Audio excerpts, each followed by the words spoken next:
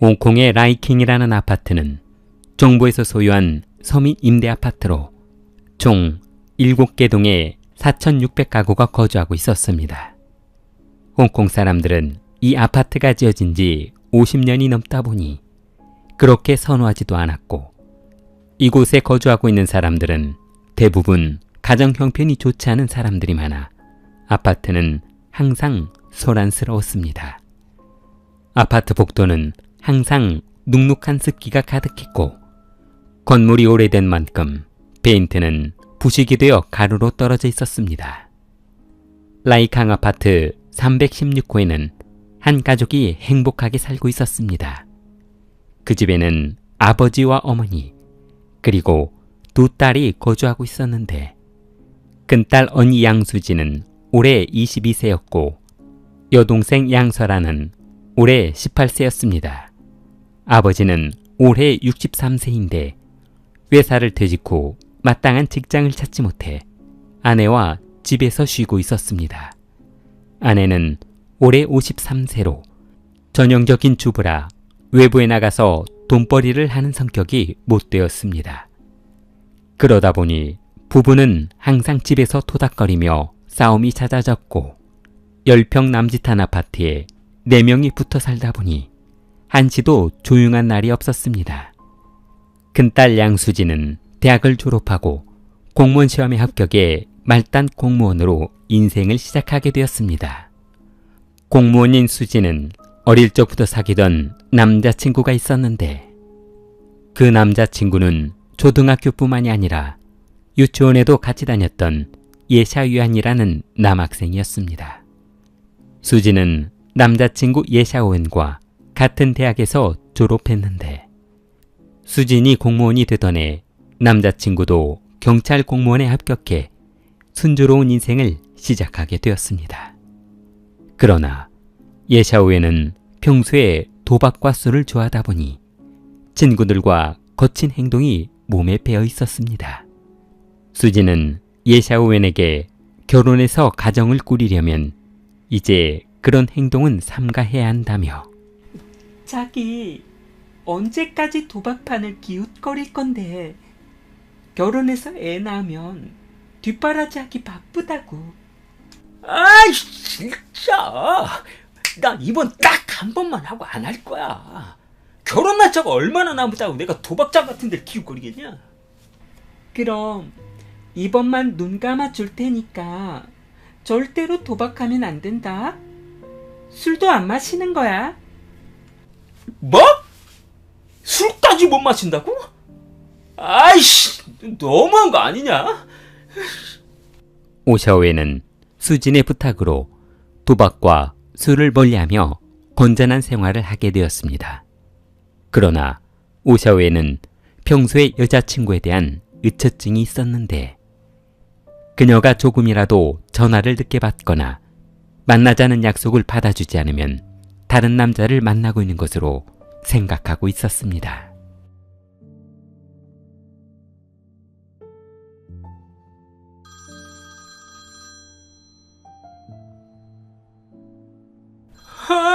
나 이게 미쳤나.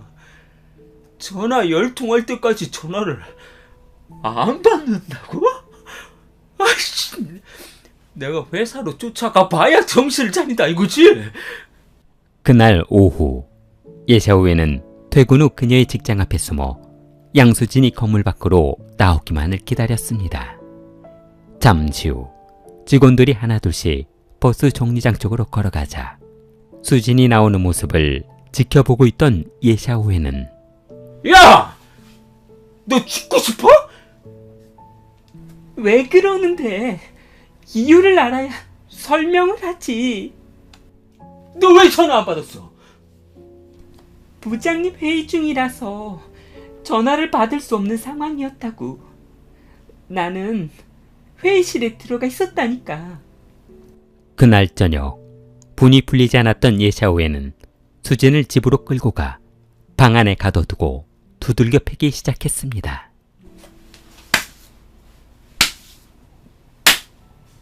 솔직히 말해봐.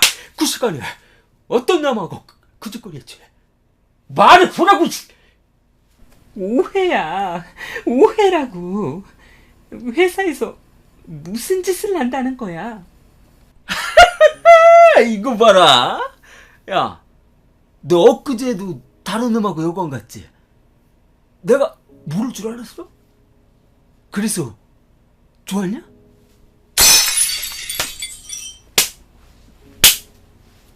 그날 새벽 비투성이가 된 수지는 더 이상 구타를 참을 수 없어 그가 잠시 화장실에 간 사이 경찰에 신고했습니다. 그러자 잠시 후 예샤우에는 경찰서로 연행되어 갔고 신원 조회를 하던 경찰은 에? 경찰관이야? 에? 이 사람 이거 범인을 두들겨 패야지 힘없는 여자친구를 두들겨 뺐네. 뭐라고? 아니, 국민의 지팡이가 그런 양아치 짓을 했단 말이야. 이 자네 징계 문제는 해당 부서에서 연락이 갈 걸세. 조사를 마친 예샤우에는 얼마 후 부서에서 충격적인 통보를 받았습니다. 경찰직에서 해고되었습니다. 수지는 오웬의 구타로 입원 치료를 마친 후 집에서 쉬며 직장 복귀를 준비하고 있었습니다.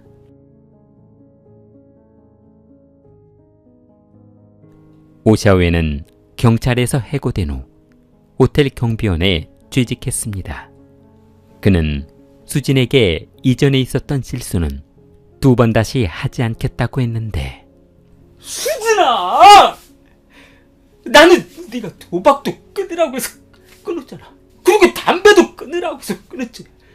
나는 여지껏 내가 시키는 일이란 일은 다 뭐든지 다 했다고 살았단 말이야.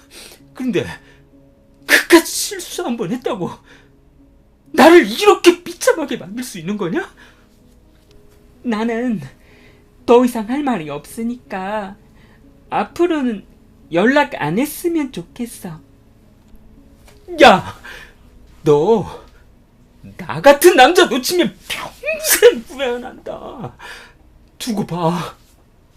1983년 10월 수진의 아버지가 젊은 나이에 지병으로 돌아가시자 집안에는 어머니와 수진 그리고 여동생 설한만 남게 되었습니다.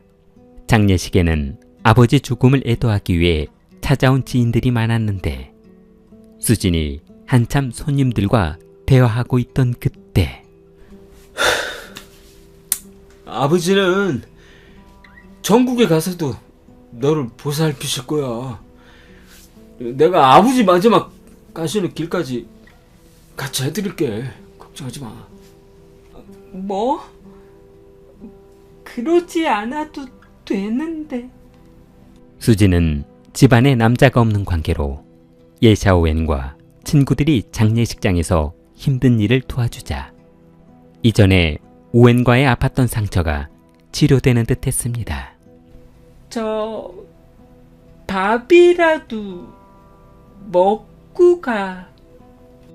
수지는 오웬 덕분에 아버지 장례를 무사히 마치게 되자 다시 이전처럼 연인 관계로 지내기로 했습니다.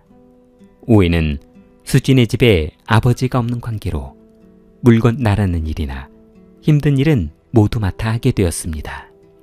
그러나 그녀의 어머니는 오웬이 이전에 딸을 폭행한 전력이 있어 딸이 오웬과 사귀는 것을 별로 탐탁지 않게 생각하고 있었는데 자기야, 그러지 말고 이참에 나 너네 집에 들어와서 살까? 계속 이렇게 내가 들락거리고 이렇게 사는 것보다 차라리 여기서 내가 살면서 일 도와주고 그러는 게 낫지 않겠어? 그래. 그것도 나쁜 방법은 아닌 것 같다. 그럼 내일 당장 짐 싸서 올 테니까 방 깨끗하게 지어놓고 있어. 드디어 우리 신혼살림을 시작하게 됐으니까 말이야. 아이 참. 자기도. 다음날 오전 라이킹 아파트 316호에는 집 나르는 소리로 한참 시끄러웠습니다.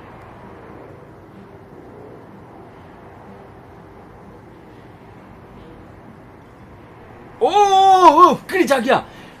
그거는 어머님 쓰시라고 내가 집에 있는 거 가져왔어. 어머님 드려.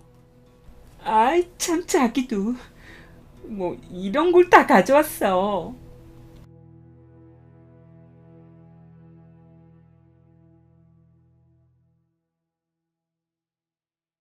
오웬이 수진과 동거하자 두 사람의 행복은 말할 것도 없었지만 그들로 인해 불편해하는 사람도 있었습니다.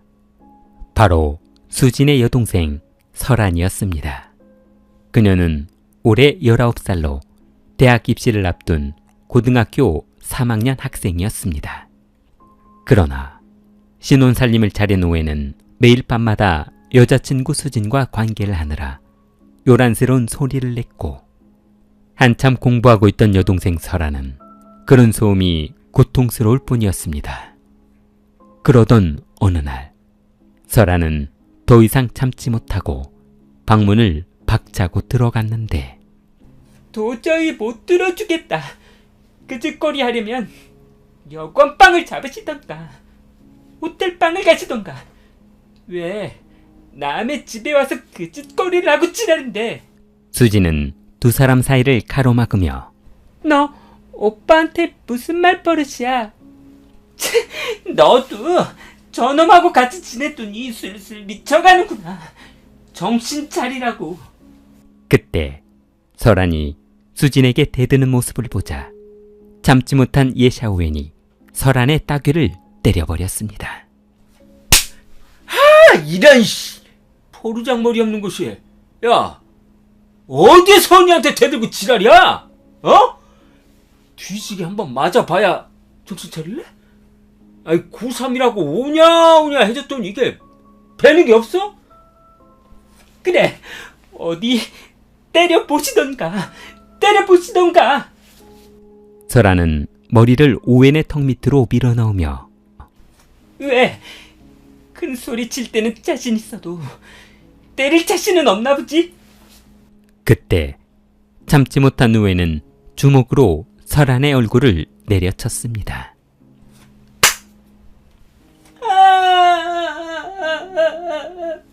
거실 바닥에는 설안의 입에서 흘러나온 피로 흥건했고 하얀색 앞니 2개가 빠져 뒹굴고 있었습니다.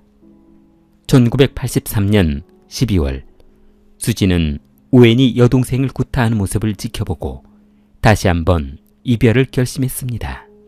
수진은 집에서 오웬을 쫓아냈고 316호에는 두 자매와 어머니만 남게 되었습니다.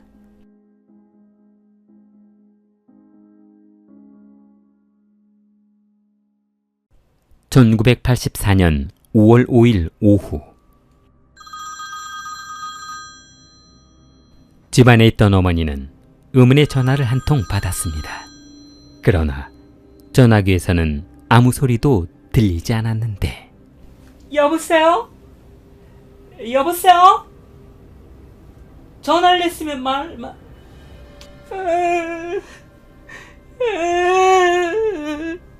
수진이니? 어머니, 지금 수진이가 피를 너무 많이 흘려서요. 응급실에 와 있어요. 피를 흘렸다고? 차에 치여서 출혈이 심해요. 거기가 어디 병원인데? 네, 저기 여기가요. 푸동병원 응급실이에요.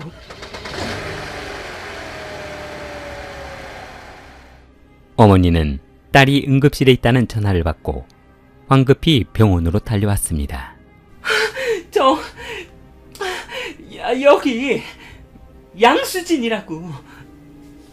어머니는 응급실에 수진이라는 응급 환자를 찾는다고 했으나 병상 어느 곳에서도 수진은 보이지 않았습니다. 뭐야?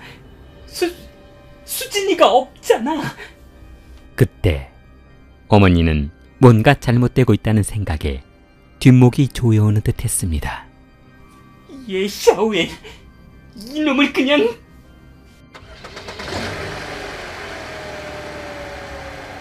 어머니는 혹시나 하는 마음에 택시를 타고 집으로 돌아왔습니다.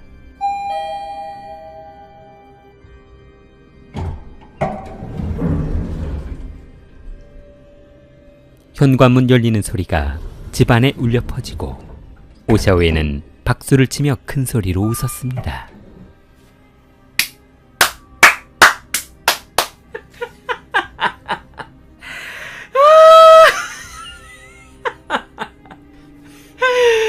아이, 에미년 쪽은 역시 대단하다. 그때 어머니는 거실 한가운데 딸 수진이 발가벗겨진 채 의자에 묶여있는 모습을 발견했습니다. 너 이놈! 이게 무슨 짓이냐? 일단 문 닫고 천천히 들어와. 어머니는 묶여있는 딸을 껴안으며 통곡하고 울기 시작했습니다. 도대체 우리 가족한테 이러는 이유가 뭐냐? 이 못된 놈아! 아! 어머니, 뭔가 오해가 있으신 것 같은데 제가 수진이한테 다시 만나자고 사정을 했거든요. 그런데 안 들어주더라고요. 그래서 제가 묶어놓고 교육을 좀 시킬까 하는 찰나에 어머님이 들어버리신 거예요. 어머니가 의자에 묶여있던 딸을 풀어주자 어머니, 그럼 저는 이만 가보고요. 이제 조만간 다시 한번 찾아와서 인사 한번 드리겠습니다.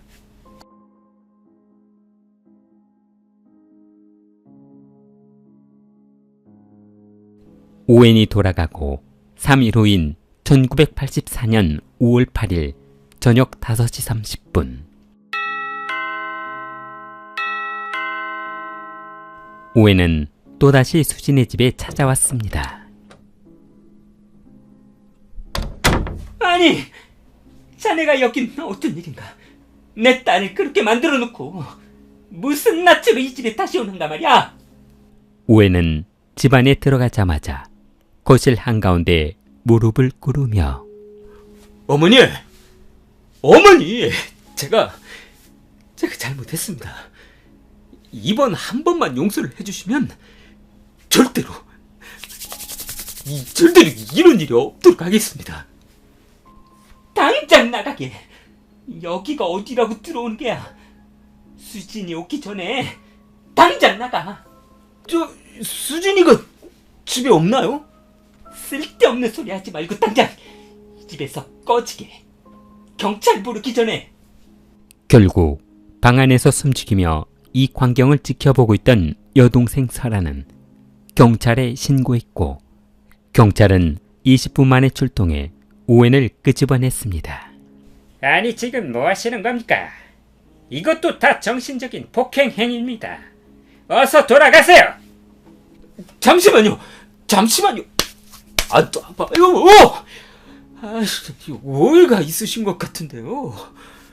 우리는 결혼할 사이인데 혼수 문제로 잠깐 말다툼을 한 겁니다. 저는 바로 갈게요. 아, 그러셨구나. 그럼 화 푸시고 저희는 이만 가보겠습니다. 그러나 경찰이 돌아가자 오웬은 태도가 급변하며 주먹으로 방문을 두드렸습니다. 나와, 이씨! 야, 나오라고! 수진이하고 결혼 수락해줄 거야, 말 거야? 만약 안 해주면 이 자리에서 너희도 싹 죽여버리고 나도 죽는 거야. 알았어?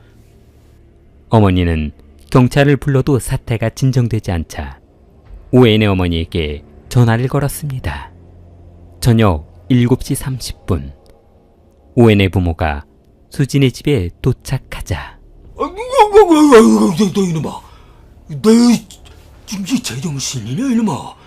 이거 뭐 하는 짓이냐? 야, 이 동네 창피해서 이거 살 수가 있나? 오웬의 아버지가 오웬의 목덜미를 잡고 집 밖으로 끄집어내려 하자 그때 갑자기 오웬이 주방으로 달려가 식칼을 꺼내 들었습니다.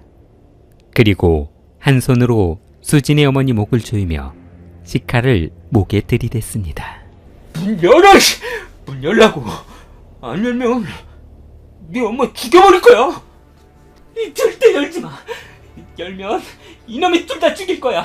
애야, 절대 열지 마. 엄마.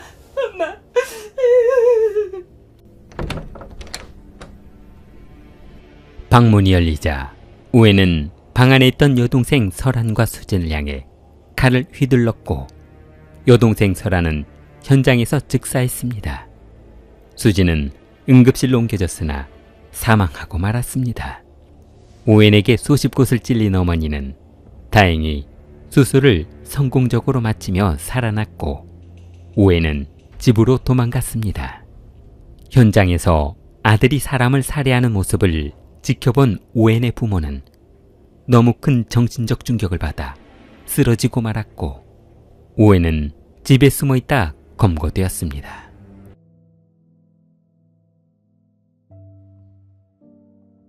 5개월 후 예샤오에는 홍콩 법원으로부터 살인 혐의로 사형을 선고받았습니다.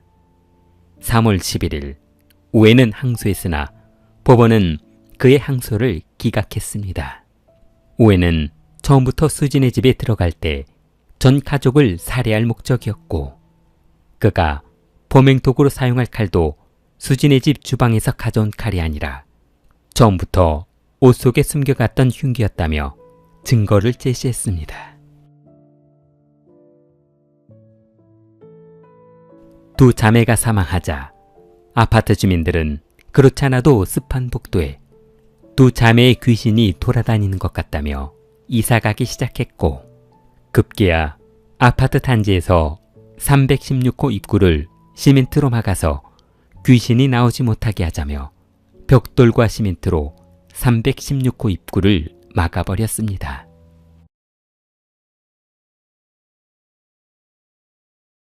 길리를 사랑하는 마음을 좋아요와 구독으로 표현해보세요. 길리였습니다.